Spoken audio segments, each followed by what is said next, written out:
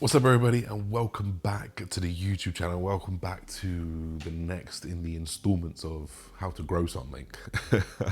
Now this one's going to be tedious. People are probably going to hate on me a little bit here because I do men's physique, but trust me, I built some decent legs in my time. We'll put some pictures over just so you guys can't tell from my little white chicken legs at the moment. But I feel like I can grow my legs, and I feel like I've not tried to grow my legs, and when I have done, they have blown up. But recently, obviously because of men's physique, I don't need to train them as much, but I'm still proud of them, and I'm still like to say that I know how to grow them. So there's going to be a few things now, obviously just much like the other episodes. Like the first things that we're going to do is we're going to get heat in the joint. We're going to get a neurological connection to both quads and hamstrings by doing, you know, for me personally, I like to do my extensions and my hamstring curls, at least hamstring curls, before any squatting movement, because I find it just helps put a little bit of blood in that muscle, a little bit of cushion when you're squatting.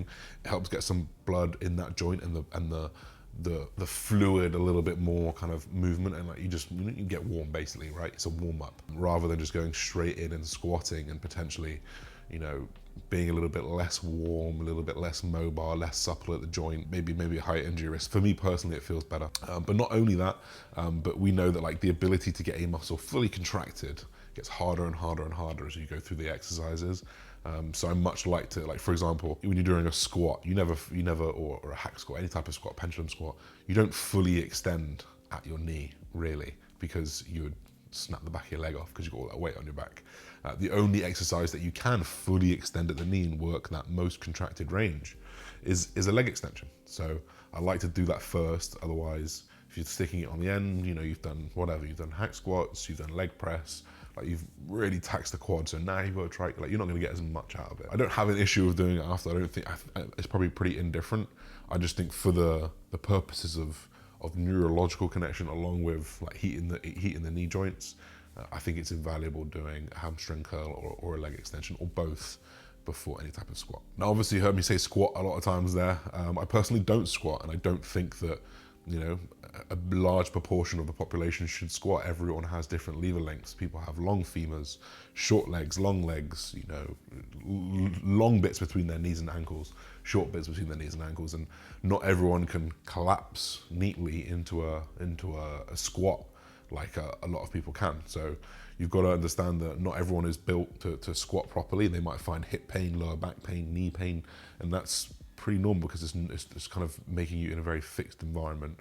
It doesn't allow any change of foot placement really. And now that's where like a hack squat comes in, or a pendulum squat comes in, because foot placement becomes individual. You can move that foot placement, you know, forward, backwards, wherever's going to allow you to get the biggest range of motion. You've got to think, if you physically can't squat past parallel, you know, you're missing, you know, maybe 45 degrees of extension on that quadricep, right? So for someone who can't squat past parallel physically, it gives them too much pain, or they lean forward because of the hip, because they got hips or tight hips or glutes. A squat might not be the best exercise for you, but you know, you've got to find an exercise that you can, you know, go past that 45 degrees angle that perhaps a half squat, you know, coming down not as far as you potentially could do if you had different lever lengths or biomechanics. If a hack squat's going to allow you to get lower, allow you to get a smaller degree between your ankle and hamstring, then of course that's going to be a little bit more favorable for growing your quads, for example. So the next tip here really is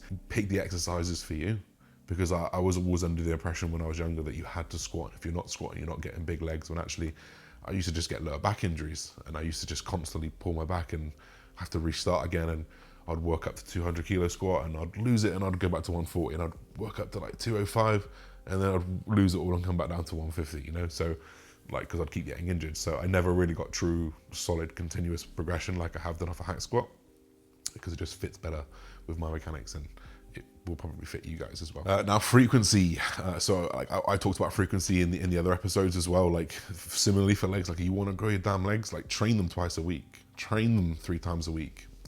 You know, I've seen people do 4 or 5. I think it's probably a little bit hard to manage the volume across the week. A little bit easier for girls, for example, because they don't necessarily need to train their arms loads or their chests loads, but can focus more on, you know, delts, hamstrings and legs, and glutes, sorry, as well.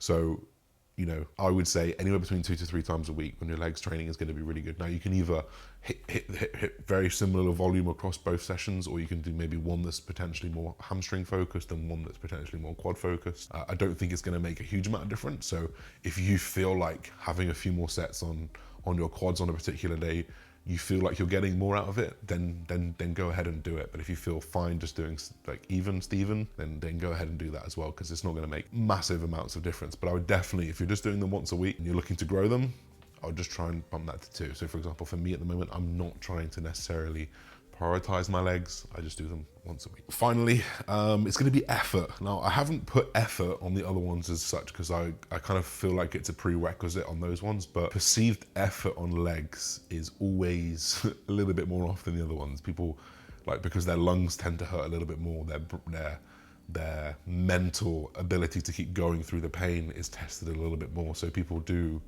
potentially cut themselves short, and that's where I want you to dig a little bit deeper. That's where I want you to focus on that one more rep mentality. That's where I want you to focus on knowing that you've probably definitely got one more, unless you've been training like this for years and years and years and years and years. It's extreme. Like, I do it myself. Like, there are sometimes I get off and I'm like, I wish I had a spot there because I would have tried another one on myself, and maybe I could have got it on myself, but I didn't take that risk because, you know, for whatever reason, like at that moment in time when I'm on it, the calculation didn't make sense. But you know, there's always going to be room for a little bit more on leg training, you know. And if you are getting cut short by your cardiovascular capability, which is I've done that, and I've seen clients do that, and I've seen people do that, then just get a little bit of cardio in there and try to help you with those higher rep ranges and lasting those longer sessions. So that's going to be it. Like, that's pretty much going to be it. Like, I enjoy talking about things directly because it gives you a bit more time to just focus on it.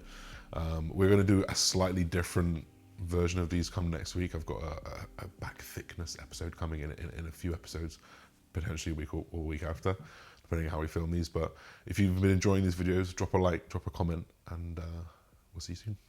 Peace.